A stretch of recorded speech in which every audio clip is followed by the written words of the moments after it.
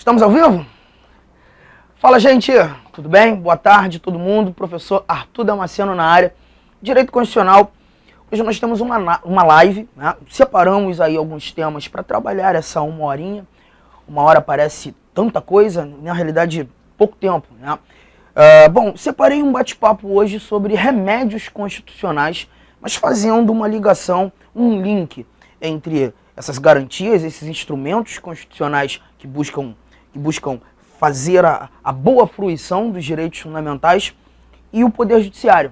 Até porque aqueles 5 remédios judiciais que nós encontramos lá no nosso artigo 5º, o habeas corpus, o habeas data, o mandado de segurança, a ação popular e o mandado de injunção, são ações que tramitam na esteira jurisdicional. E é um assunto sempre muito importante quando a nossa preparação se volta para o CESP-NB. Buscamos aqui então trabalhar com uma galerinha que está se preparando tanto para o INSS, remédios constitucionais estará presente, e a galera que está se preparando para a Polícia Rodoviária Federal. E aí, realmente, além dos remédios, o judiciário se mostra extremamente importante. Tá? Bom, antes de qualquer coisa, deixa eu ver aqui a galerinha que já está falando, Lua, Michele. Galerinha, vai dando boa tarde aí. Eu queria que vocês me dissessem de onde é que vocês estão falando. Né? Pessoal lá do Rio de Janeiro, da minha terrinha, pessoal aqui do Rio Grande do Sul, pessoal Brasil afora. Vai colocando aí, justamente para que eu tome conhecimento de onde é que a gente está conversando. Pessoal, de onde é, né? Show, daqui a pouco eu dou uma conferida. Pessoal, vamos começar a brincar? Vamos logo, porque o nosso tempo realmente é muito curto. Ó, tá aqui. Preciso muito que vocês estejam seguindo, né?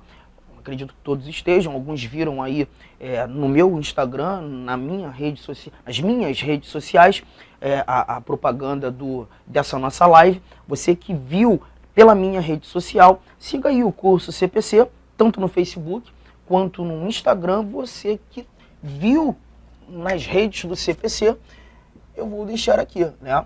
O meu Instagram. Opa, até eu falhando aqui no meu Instagram. Damasceno Arthur. Damasceno Arthur. Dá uma clicadinha lá para a gente poder manter esse contato aí. Tá? E vamos embora para a nossa primeira questão. A primeira questão que a gente vai conversar, ela versa sobre a ação popular. E eu coloquei essa questão de propósito. Essa questão ela é objetiva. Ela não é apenas um item a ser avaliado, se certo ou se errado. Essa nossa questão, salvo engano, apresenta para a gente 5 alternativas, mas uma questão muito parecida com aquela abordagem trabalhada pelo CESP-NB. Uma historinha, e essa história exige muita atenção. Vamos lá? Olha aqui, ó. Acompanha comigo a leitura, dizendo o seguinte. José, brasileiro de 16 anos de idade, possuidor de título de eleitor e no gozo dos seus direitos políticos, identifica com provas irrefutáveis ato lesivo do presidente da República que atenta contra a moralidade administrativa. Com base no fragmento acima, assinale a opção que se coaduna com o Instituto Jurídico da Ação Popular. Galera, a nossa questãozinha aí é sobre ação popular e ela trouxe todo um enredo, né? Muita coisa aqui apresentada. Para a gente começar a conversar sobre todo esse enredo, desenvolvido, identificado aqui no enunciado da questão, eu já queria a letra A como parâmetro. Olha o que essa nossa letra A diz. Que esse José, desde que tenha assistência, é parte legítima para propor essa ação popular em face do presidente, perante o Supremo Tribunal Federal. Galera, analisando somente essa linha A. No formato CESP seria essa linha A como um item. Avalia aí. Essa nossa linha A, ela já merece a nossa marcação. Marco como certo, marco como errado. Tenho o meu gabarito logo nessa primeira telinha. O que você acha? Deixa eu conferir aqui com o pessoal o que a galera tá falando. Tá? Vai comentando aí, vai escrevendo, conversando comigo, gente. O que vocês acham? Essa questãozinha, certo ou errado? Pelo menos a letra A aqui. Deixa eu ver o pessoal respondendo aqui. Cadê minhas respostas, pessoal? Vamos lá?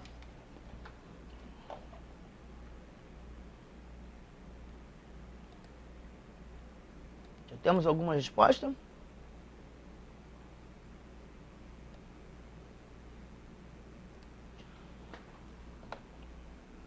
que vocês acham? Enquanto o pessoal vai respondendo, deixa eu comentar algumas coisas aqui enquanto isso. Estou ali de olho na telinha, tá? Ó, a nossa questão está dizendo que esse José, esse impetrante ou pretenso impetrante da ação popular, ele tem apenas 16 anos de idade. Mas o nosso examinador deixou claro que ele é possuidor do título de eleitor e está no gozo dos seus direitos políticos. Depois desses dados preliminares, nos mostra que a pretensão dele é justamente anular um ato do presidente da República que para ele se mostra lesivo à moralidade administrativa. Aí a gente faz aquela ênfase toda só para trazer a ação popular à tona, né? A ação popular é um remédio constitucional que busca fazer controle da administração pública, isso nós já sabemos.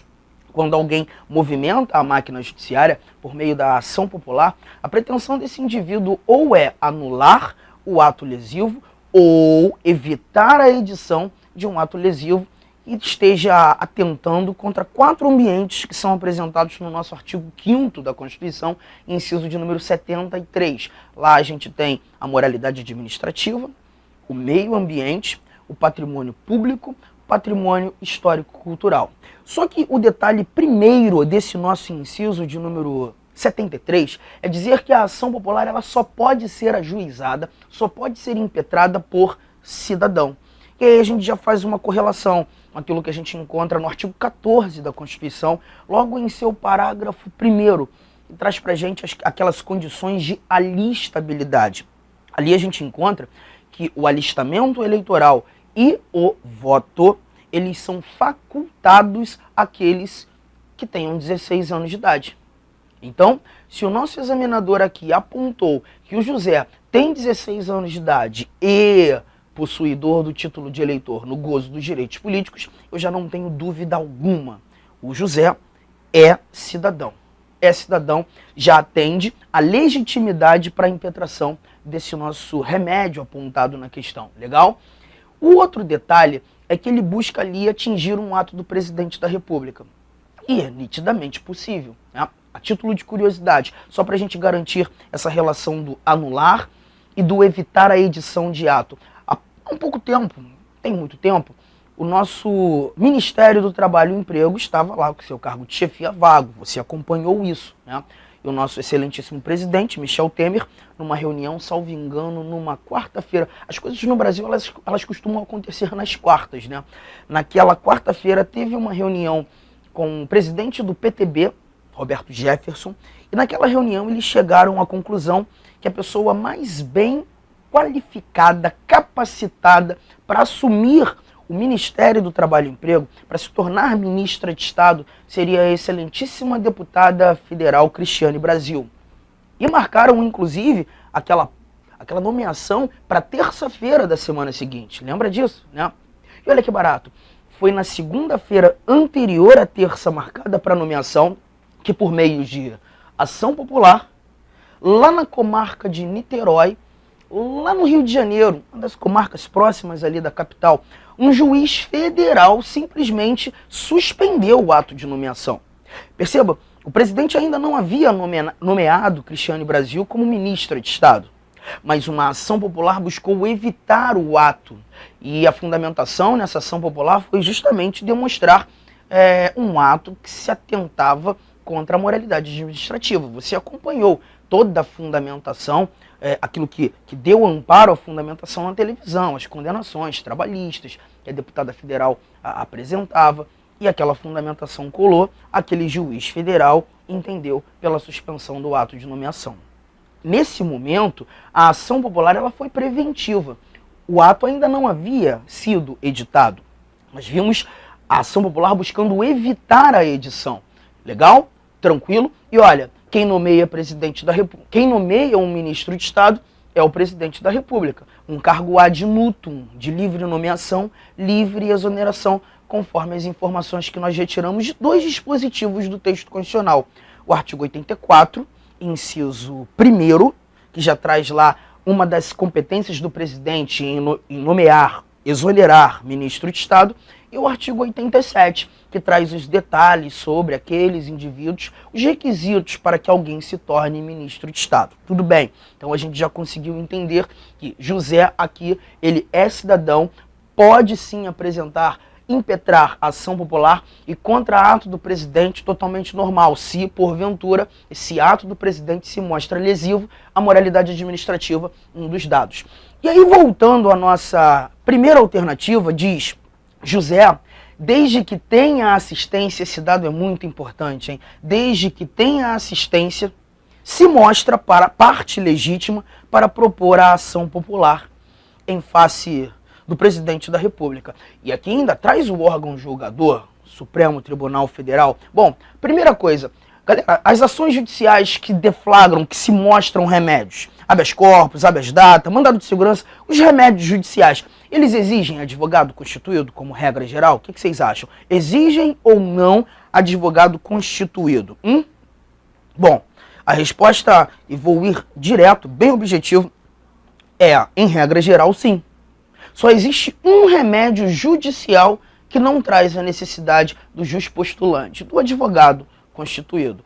E esse remédio, o remédio mais antigo do mundo, não apenas do mundo, mais antigo no nosso ordenamento jurídico, o famoso habeas corpus. O habeas corpus, ele se afasta da necessidade de advogado, a gente sabe bem disso. A ação popular, nesse âmbito de ter ou não a necessidade de um advogado, é uma ação normal, uma ação que atende à regra geral. A ação popular exige o advogado constituído. Legal? E aí, nesse primeiro momento, quando leio na alternativa José, desde que tenha assistência, isso aqui já pode atrapalhar muita gente. Tá? O que eu quero que você perceba é que quando leio assistência, desde que José tenha assistência, essa assistência não tem nada a ver com a necessidade de um advogado constituído, com a necessidade de uma representação judicial feita por um advogado. Não, não. Perceba, a questão está mostrando pra gente que José tem 16 anos. E as ações judiciais, não estou falando da ação popular agora, as ações judiciais, como regra geral, elas exigem do autor capacidade jurídica. Para ser autor de uma ação judicial, e em se tratando de uma pessoa física, essa pessoa precisa demonstrar capacidade para estar em juízo. E a capacidade jurídica demonstrada por um autor impetrante, pessoa física, um autor, pessoa física, vai ser demonstrada com a capacidade civil plena. A capacidade civil plena, de acordo com a legislação brasileira, 18 anos. Caso eu não tenha os meus 18 anos, a capacidade civil plena, novamente, estou falando das ações judiciais como um todo, eu preciso ser assistido por um maior, pelo papai, pela mamãe. José, nesse momento, nessa história, ele não tem a capacidade civil plena, ele tem apenas 16 anos. E a nossa letra A está dizendo que ele só poderia ser autor desta ação se porventura assistido por um maior. Será que o José precisa ser assistido por um maior nesse contexto? A resposta é não.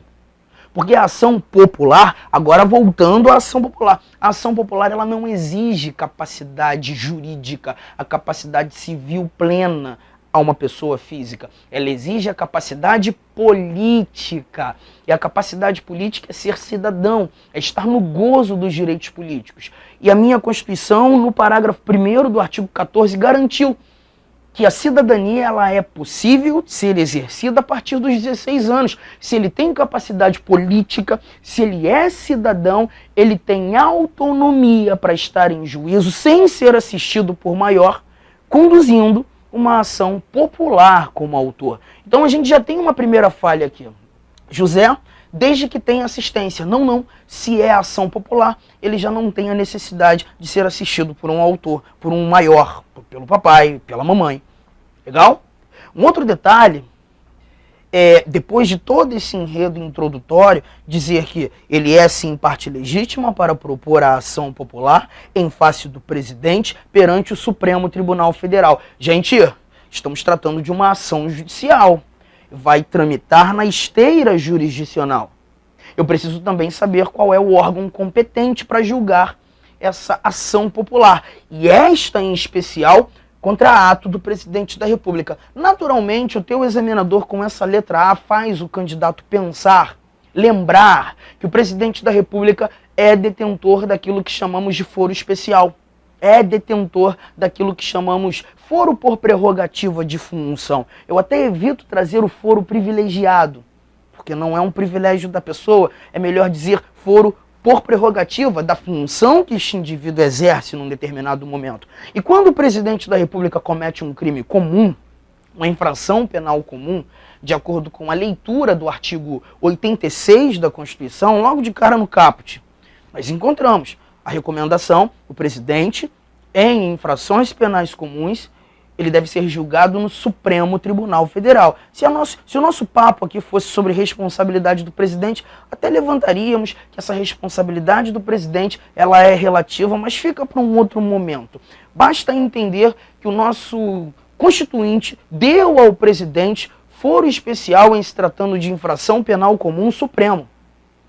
Será que essa ação popular precisa trazer, carregar o foro por prerrogativa de função do presidente? E se porventura outra autoridade carregar o foro desta outra autoridade ou das demais autoridades? Resposta: não. Outro detalhe importante. Galera, a ação popular não carrega consigo foro por prerrogativa de função. Não carrega. Não carrega. Ação popular não carrega foro por prerrogativa de função. Independentemente da autoridade. Independentemente da autoridade. Qualquer que seja a autoridade, toda a ação popular será ajuizada na primeira instância da justiça comum, mesmo sendo presidente. Tudo bem? Eu já havia te dado essa resposta quando te contei a história da Cristiane Brasil. Disse para você que foi um juiz federal da comarca de Niterói, uma comarca lá da estrutura judiciária do estado do Rio de Janeiro, um juiz federal, primeira instância, Justiça Federal, que simplesmente determinou a suspensão do ato de nomeação. Tá vendo? Tentou te bandar. Certamente não colou. O nosso próximo slide, logo a letra B, de cara, já te mostra uma outra conversa, uma outra resposta. Olha aqui, ó. Aquele mesmo José, ainda que sem assistência, não precisa ser assistido por um maior, é parte legítima para propor ação popular e é, ainda que sem assistência, em face do presidente da República. Sensacional até aqui. Perante o juiz natural de primeira instância. Tá certo, gente? Perfeito. Tá ali, ó. A ação popular contada no enunciado tem total respaldo essa letra B aqui. Já é o nosso gabarito. Letra B. Tá?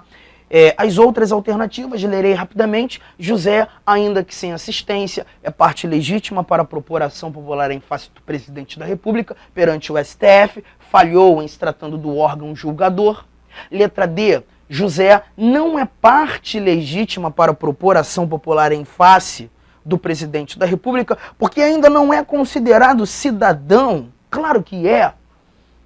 E a nossa letra E, José não poderá impetrar ação popular em face do presidente da República por não haver a possibilidade de ter tal autoridade como impetrado, autoridade coatora. Gente, pelo amor de Deus, a letra E é terrível. Gabarito ficou nítido, claro, perfeito. A nossa letra B. Só para a gente passar por cima dessa ação popular, nessa nossa live, lembre-se, a ação popular, gente, é a ação que busca, sim, anular ato lesivo, né? Mas uma ação que exige advogado, uma ação que exige do autor capacidade política. Isso já me garante, já me mostra claramente que ela só pode ser ajuizada por cidadão, pessoa jurídica nunca impetrará. E eu também não estou falando de qualquer brasileiro ou qualquer pessoa, qualquer cidadão. E lembrar mais um detalhe. As ações judiciais, como regra geral, elas são onerosas. Existem taxas judiciárias, custos nos serviços forenses. Mas a ação popular, excepcionalmente no âmbito das ações judiciais, ela se mostrará uma ação gratuita. A ação popular é uma ação gratuita, mas ela não é gratuita sempre. Ela deixa de ser gratuita quando o autor é condenado pela litigância de má-fé. Toma cuidado com isso.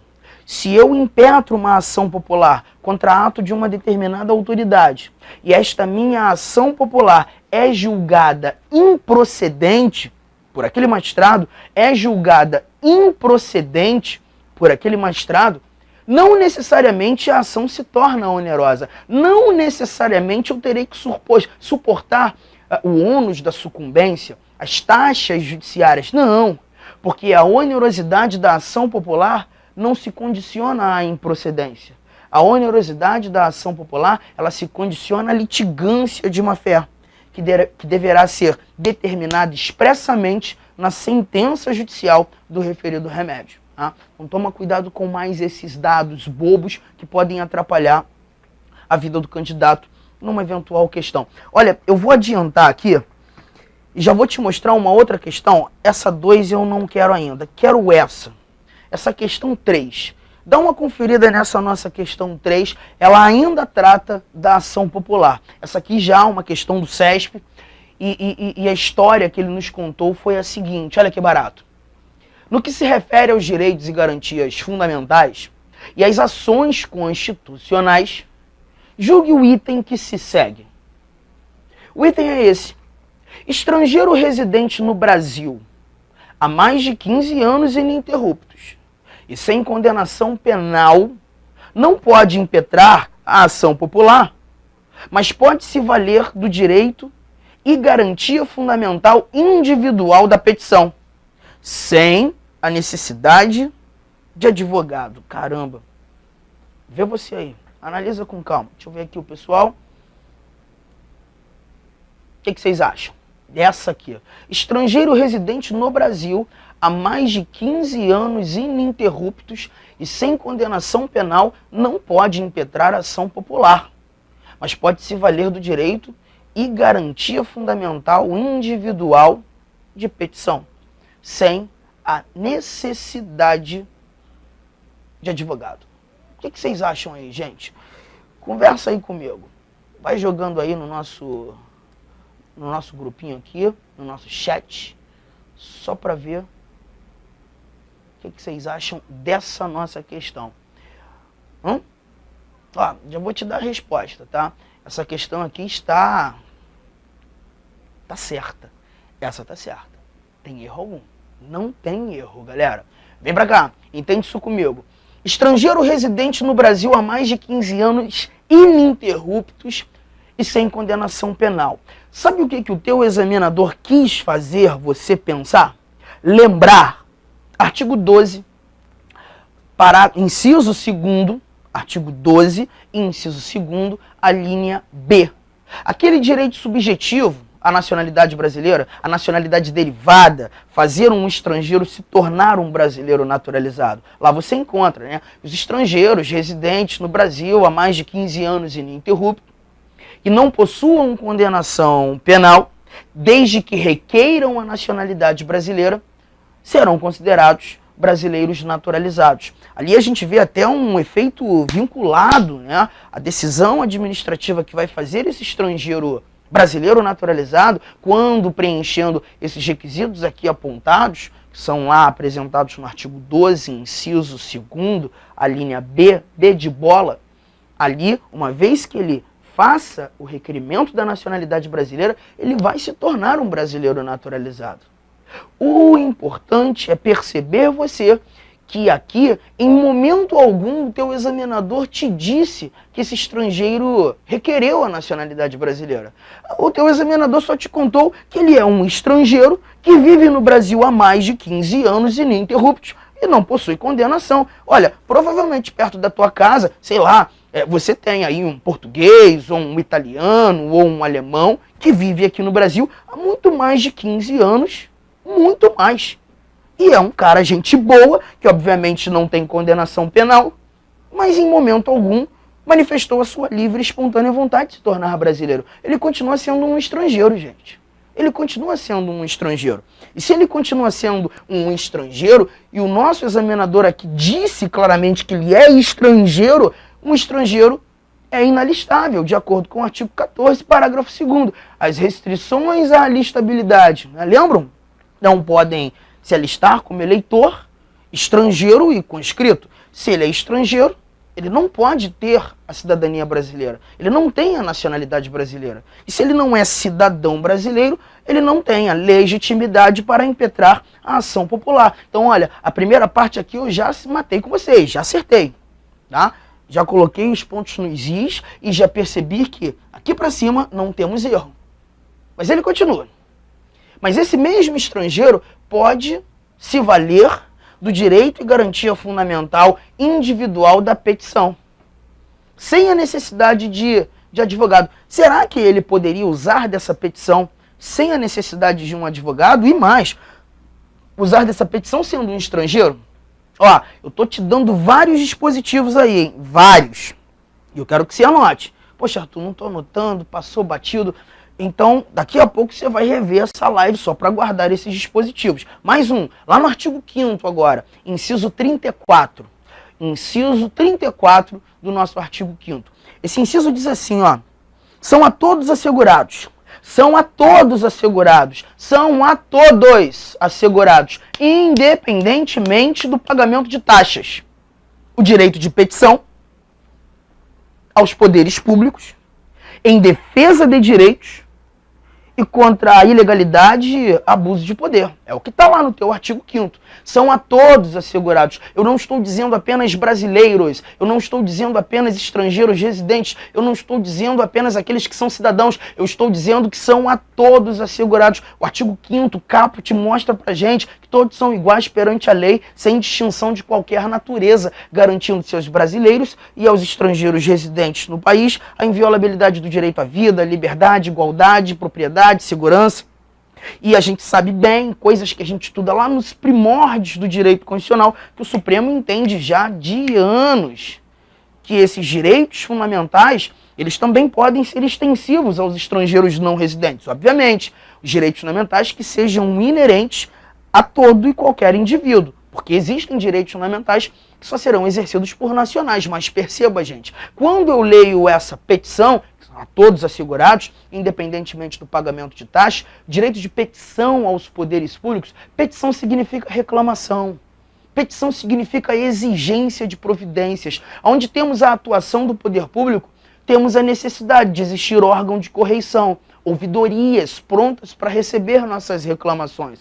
Caso a atuação de um determinado indivíduo, servidor, agente público, ofenda um direito fundamental, você tem local apropriado para tecer a sua reclamação, para levar a sua exigência de providências, aguardar um procedimento administrativo que, caso seja necessário, uma punição dali seja oportuna, seja apresentada.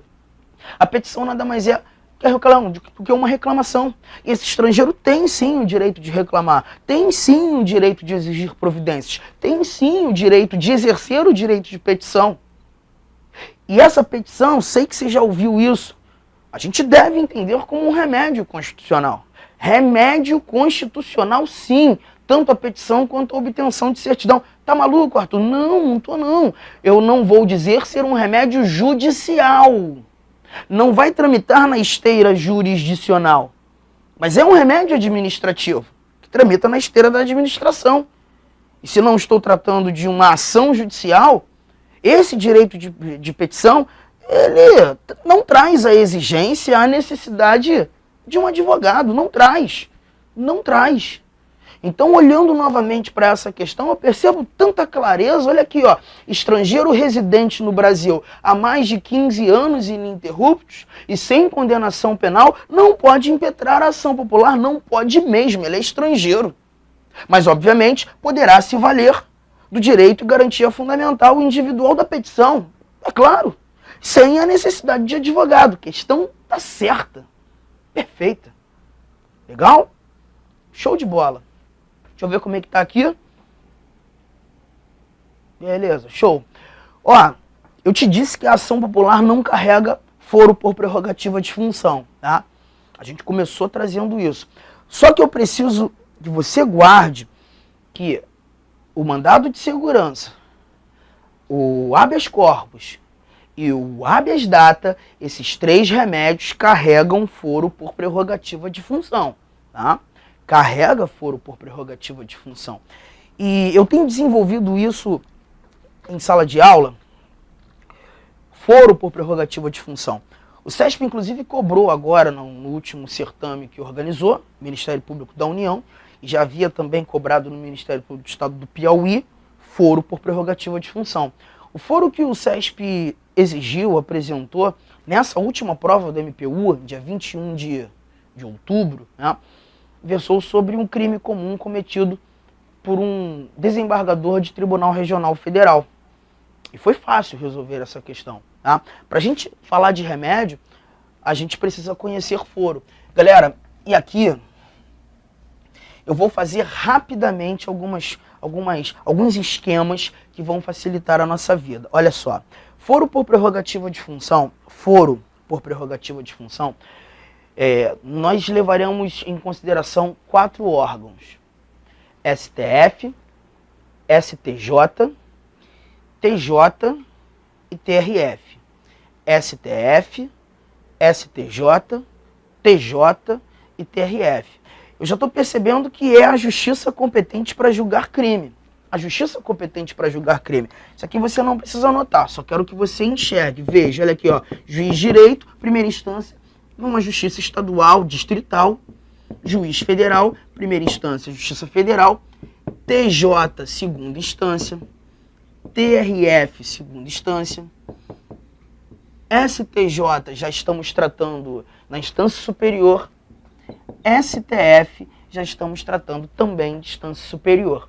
Se o indivíduo é julgado em decorrência de um crime cometido aqui, ó, nas mãos de um juiz de direito ou de um juiz federal, eu já percebo que ele não tem foro por prerrogativa de função. É um indivíduo sem foro que será julgado como eu, como você, em primeiro grau de jurisdição. Mas determinadas autoridades, quando cometem crimes, infrações penais comuns, são julgados na segunda instância, originariamente, ou no STJ, originariamente, ou no STF, originariamente. E não é nada difícil. É difícil quando você analisa os dispositivos constitucionais que versam sobre isso aqui. Tá? Mas olha como é que a gente vai arrumar essa brincadeira. Nós iremos arrumar desse jeito. Tá?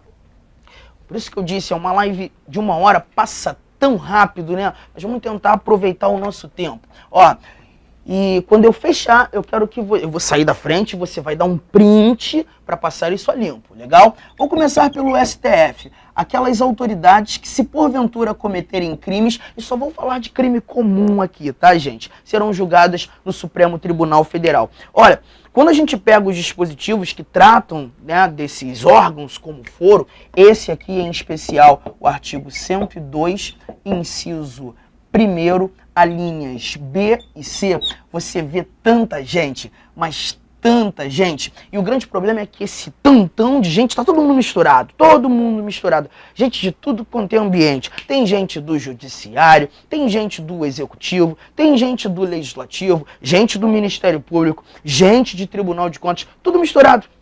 E aí fica realmente muito difícil a gente conseguir decorar tanta coisa, né? Qual é a minha pretensão aqui, o meu esquema? É separar essa galera. Colocar cada um no seu galho e tornar isso mais simples. Vambora? Vamos começar? Vamos começar pelas autoridades, e quando cometem crimes comuns, autoridades do judiciário são julgadas no Supremo Tribunal Federal. Galera, já começo assim, ó, todos aqueles que estão imediatamente abaixo do Supremo Tribunal Federal, os tribunais imediatamente abaixo do Supremo serão julgados no Supremo. Olha aqui, se eu sou ministro do STJ, se eu sou ministro do TST, se eu sou ministro do TSE, se eu sou ministro do STM, se eu cometo um crime comum, sou julgado no Supremo Tribunal Federal. Se eu sou ministro do Supremo, serei julgado no próprio Supremo, em se tratando de crime comum. Não vou falar de crime de responsabilidade hoje não, tá? E ó, do judiciário esgotei. E rapidamente vou montando o meu esquema. Se eu já falei de judiciário, posso falar de outro poder?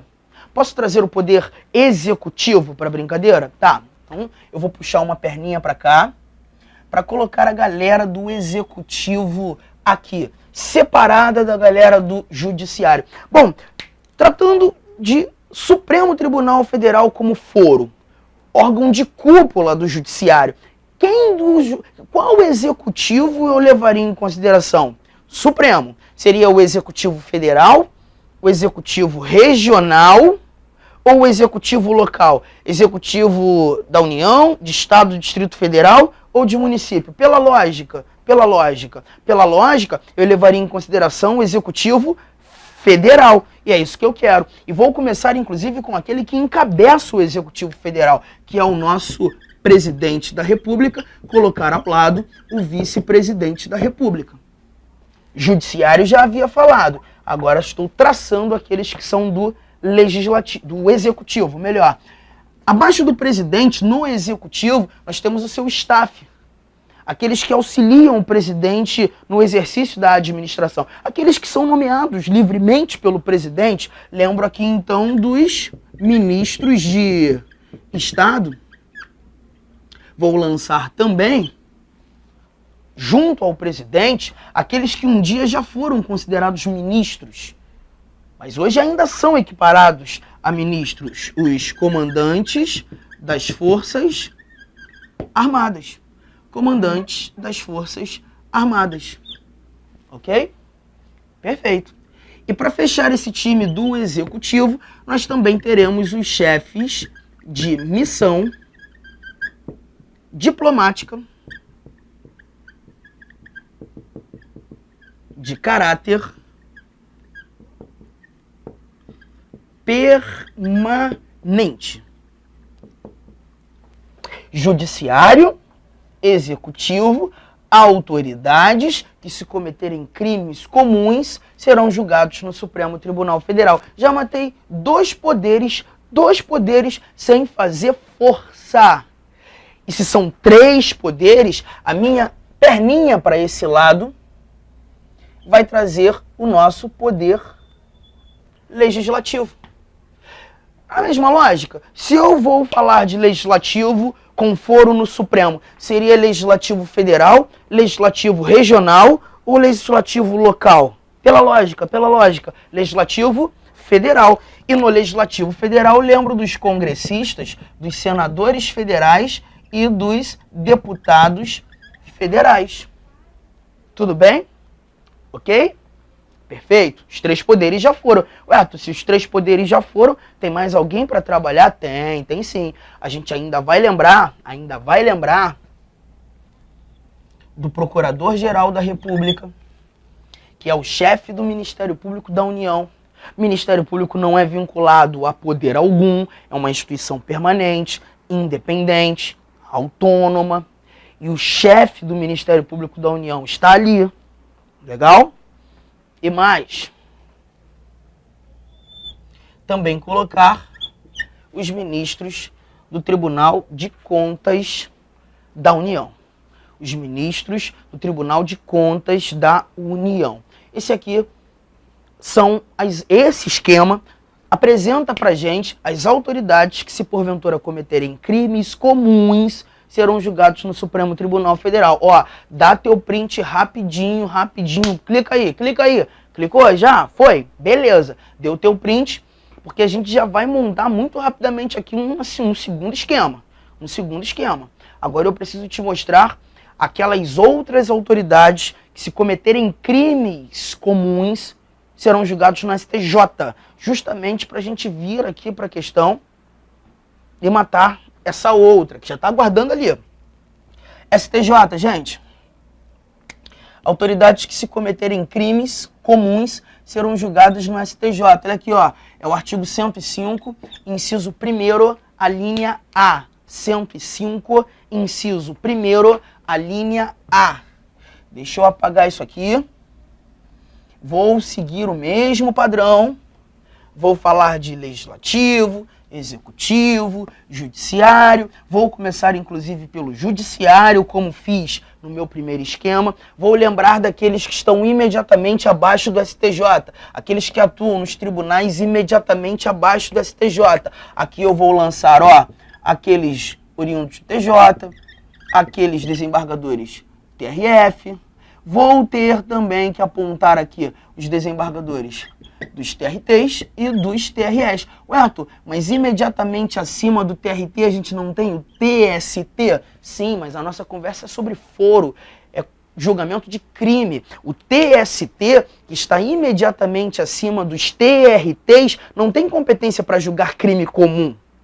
Se estes cometerem crimes comuns, serão julgados no STJ, o órgão da instância superior, no âmbito da justiça comum, que julga crime. Todos os desembargadores de segunda instância. Tá vendo só?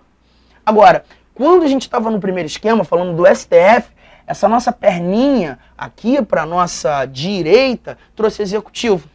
Lá no STF eu falei de executivo federal. Aqui eu já vou falar de executivo regional, governador de estado e do Distrito Federal. E toma cuidado, vice-governador não recebeu foro por prerrogativa de função na Constituição Federal. Vice-governador não recebeu foro na Constituição Federal. Podem até ter foro, dado inclusive por Constituição Estadual.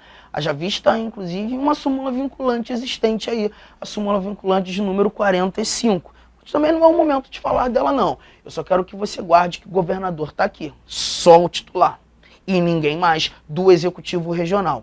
Deste outro lado, eu falei de legislativo, você lembra? Só que aqui, infelizmente, vou te deixar chateado. Porque legislativo regional, deputado estadual, deputado distrital, legislativo local, vereador, estes não receberam foro por prerrogativa de função na Constituição Federal. Não receberam. Então, eu não vou mais colocar legislativo nesse esquema. Só coloquei legislativo no Supremo, que são os deputados federais e senadores federais. Olha quanta coisa vai surgindo, né? Nós tivemos uma questão de ordem no julgamento da ação penal 937, agora há pouco no Supremo Tribunal Federal, entendendo que o STF só vai julgar deputado federal e senador federal se o crime tiver relação com as funções. Tá vendo só como é importante a gente estudar o direito constitucional com bastante cuidado, inclusive quando é CESP, porque essas novidades jurisprudenciais o Supremo sempre está trazendo. Depois tu joga aí, né? Ação penal 937, a questão de ordem que versa sobre foro de deputado, foro de senador. Faz tua pesquisa. Vem, galera, falei de judiciário, falei de executivo, não vou falar de legislativo regional, mas vou falar de Ministério Público. Aqui eu encontro os membros do Ministério Público da União que oficiam perante tribunal. São aqueles que já oficiam perante os tribunais a partir da segunda instância, não oficiam perante juízos monocráticos, né? Foram no STJ. Legal? E para encerrar, Tribunal de Contas. E aqui você vai lançar tanto aqueles conselheiros de Tribunal de Contas de Estado, Tribunais de Contas municipais, né? Temos dois, inclusive, a nossa Constituição vedou a criação de novos, mas já tínhamos tanto Rio quanto São Paulo, e eles foram também apresentados aqui. Então você já percebeu que o Tribunal de Contas eu também não falo mais. TCU já está no Supremo, TCE e TCM, ou Conselhos de Contas Municipais, já estão no STJ. Falei de União, falei de Estado, falei de município e encerrei. Legal? E esse é o nosso esquema. Esse é o nosso esquema do STJ. Tá vendo como está diminuindo? E vai diminuir mais. Vai diminuir mais. Posso avançar, gente? Vamos avançar, gente? Tá, já deu. Ah, deixa eu sair da frente para tu dar teu print. Dá teu print aí. Deu print? Ótimo. Então vamos partir agora para o TRF. Deixa eu ver como é que tá aqui. Tá tudo no esquema? Tudo no esquema. Graças a Deus. Vamos lá, gente. TRF. TRF. Mais um, Arthur. Vamos otimizar nosso tempo. Vamos falar do máximo de informações que a gente puder. Olha aqui, ó. Artigo 108, inciso 1º, a linha A. Mais uma vez, vou ter que apagar isso aqui para trazer agora a galera que, se porventura cometer crime comum, julgado no TRF. Julgado no TRF. Vem pra cá. Olha aqui, ó. Vou começar pelo judiciário. Deixa eu tirar o governador daqui. O governador tem que sair daqui. Ó. Aqueles que estão imediatamente abaixo do TRF. Lanço juízes federais. Lanço juízes do trabalho. Lanço juízes militares. Ok? Aquela mesma relação. Não estamos falando de matéria trabalhista e de crime militar. Estamos falando de julgamento destes magistrados que cometam crimes comuns. A Justiça do Trabalho é organizada e mantida pela União, serão julgados no TRF, órgão da Justiça Comum da esfera federal. Esses juízes militares são aqueles da estrutura judiciária, são juízes militares federais, competentes para julgar os militares federais. Mas ele é um magistrado, se cometer crime comum, vem para o TRF. Executivo é a nossa próxima perna, né? Ó, perceba, Executivo Federal já lancei para o Supremo. Executivo Regional já lancei para o STJ. Só me falta o Executivo Local, que aí me lembro de prefeito. Mas quando eu falo de prefeito, seria razoável prefeito ser julgado foro no TRF ou no TJ? TJ é Justiça Estadual, TRF Justiça Federal. TRF ou TJ para prefeito?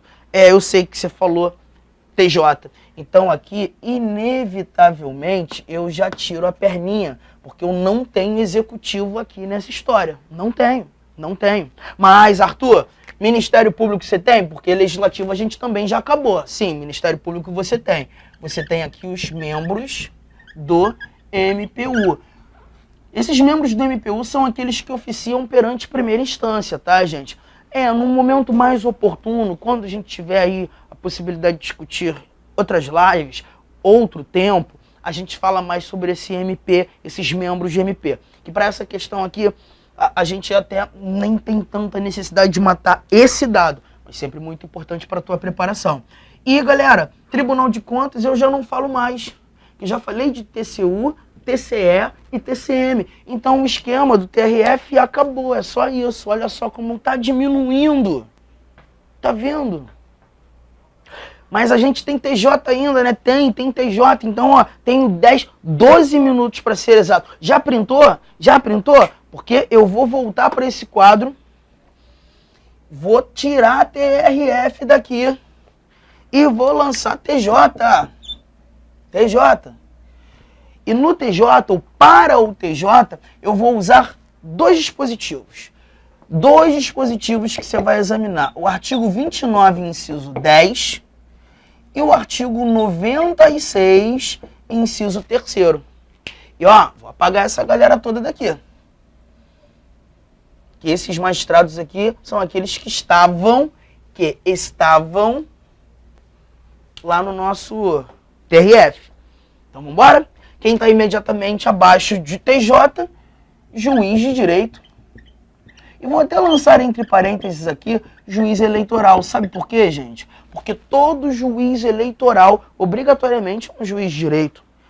A Justiça Eleitoral não tem um quadro próprio de magistrados. Juízes eleitorais são juízes de direito que cumulam atividades. Então, fica razoável lançá-los assim. Judiciário acabou. Judiciário acabou. Só que eu vou puxar minha perninha para cá, porque ainda falta legislativo. Lembra? Legislativo Federal, Supremo. Legislativo Regional, STJ. Legislativo Local, Prefeito Municipal, artigo 29, inciso 10, TJ. Mas eu também preciso puxar uma perninha para cá. Você diz, ué, Arthur, mas para quê? Você disse que não falaria mais de legislativo? Não é legislativo, não. Ah, mas você também disse que não falaria mais de Tribunal de Contas. Não, mas não é o Tribunal de Contas. Aqui eu ainda preciso lançar os membros de MPE. Ok, gente? Tá aí, ó. Olha, muito rapidamente a gente montou 4 árvores, trazendo todas as autoridades que são julgadas no STF, todas as autoridades que são julgadas no STJ, todas as autoridades que são julgadas no TJ, todas as autoridades que são julgadas no TRF. Muito rapidamente a gente desenhou. Tá vendo só? E não foi tão absurdo. E, de novo, 3 remédios acompanham um foro por prerrogativa de função. 3 remédios acompanham um foro por prerrogativa de função, gente. Habeas corpus, habeas data e o mandado de segurança. Habeas corpus, habeas data e o mandado de segurança. Ah, então, peraí, Arthur, você está me dizendo que se eu tiver a necessidade de impetrar um mandado de segurança contra ato de um prefeito, do prefeito do meu município, eu vou impetrar esse mandado de segurança no TJ, segunda instância? Acompanha. Não, Arthur, então quer dizer que se eu for impetrar um habeas corpus contra ato do STJ, órgão imediatamente acima STF, o habeas corpus vai para o STF, perfeitamente, perfeitamente. Não, Arthur, se eu tenho a pretensão de impetrar um mandado de segurança contra ato do governador, ou um habeas data contra ato de TCE, vai para o STJ, perfeitamente. Você vai ter essa relação. Arthur, mas vai ser sempre assim? Não. Não. É uma regra. Toda regra comporta exceção. E aqui eu tenho uma questão para a gente conseguir caminhar para o fim dessa nossa live. Vamos ler a questão 2? Deixa eu ver se tá tranquilo aqui. Tá tudo tranquilo. Tá? Vem, olha para cá. Olha o que a gente tem nessa questão 2. Lê comigo. Marcos, em busca da retificação de seus dados junto ao Ministério da Defesa, teve seu pedido indeferido por decisão do ministro de Estado na chefia da respectiva pasta. Em busca da solução em caráter judicial do inconveniente causado, que para ele se mostra ferimento a um direito líquido e certo, poderá impetrar o referido remédio no referido órgão judicial. Letra A. Aqui está dizendo que esse Marcos deve impetrar um mandado de segurança, mas que será ajuizado originariamente no STF. Olha só o que o teu examinador está fazendo. Isso aqui é questão, é história para bandar gente que gosta só de decorar. Sabe por quê? Porque muitas vezes em sala de aula eu comento assim, gente, qual é o remédio constitucional que cuida do direito líquido e certo? Aí alguém levanta o braço com uma vontade de responder e fala assim, líquido e certo? Mandado de segurança. Não só o mandado de segurança. O habeas corpus ele também cuida de direito líquido e certo, do direito líquido e certo de locomoção. O habeas data também cuida de direito líquido e certo, do direito líquido e certo de informação pessoal. O mandado de segurança, na realidade, ele vai cuidar dos demais direitos líquidos e certos que não sejam locomoção e informação pessoal. O mandado de segurança tem caráter residual. Ele cuida do resto. Ele cuida do que é resíduo. Mas a liquidez e a certeza é a necessidade que eu tenho como autor de demonstrar naquela petição inicial provas inequívocas, provas imprescindíveis, provas inexcusáveis, provas que de maneira suficiente demonstrem que a violação, aquela atuação arbitrária, aquela atuação ilegal, abusiva da autoridade coatora atingiu o meu direito fundamental. Liquidez e certeza é provar a violação. E para garantir a concessão da ordem habeas corpus, para garantir a procedência no habeas data, eu tenho que provar que a violação aconteceu. A liquidez e certeza não é algo só do mandado de segurança. Aqui, o objeto do problema, o objeto que ensejou a provocação do judiciário está na primeira linha, gente. Marcos, em busca da retificação, da correção dos seus dados junto ao Ministério da Defesa. Fica evidente aqui que o remédio não é mandado de segurança. Ele queria corrigir informações dele, informações pessoais, habeas data. Habeas data. Então, a letra A, passei batido. Letra B, passei batido. Passei batido. Mas, olha aqui, ó. Ele buscou, sim, retificar os seus dados junto ao Ministério da Defesa e teve o seu pedido indeferido por decisão do ministro de Estado, na chefia da respectiva pasta.